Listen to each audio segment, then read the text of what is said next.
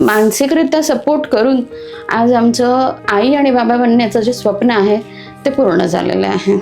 So thank you for Yashoda hospital and every staff.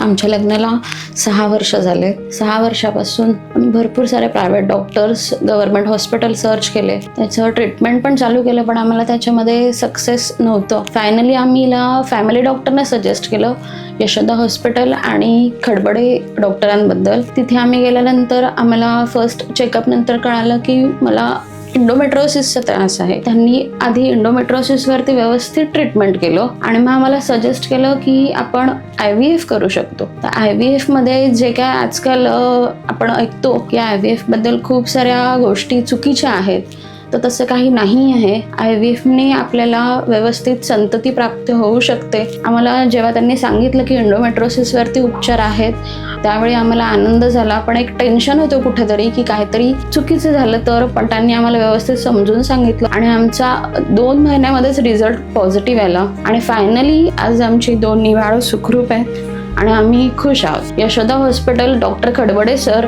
Doctor Varsha madam, doctor Snehalata madam ज्या व्यवस्थित gynaecologist आहेत, त्यांनी आम्हाला मानसिकरित्या सपोर्ट करून आज आमचं आई आणि बाबा बनण्याचं जे स्वप्न आहे ते पूर्ण झालेलं आहे.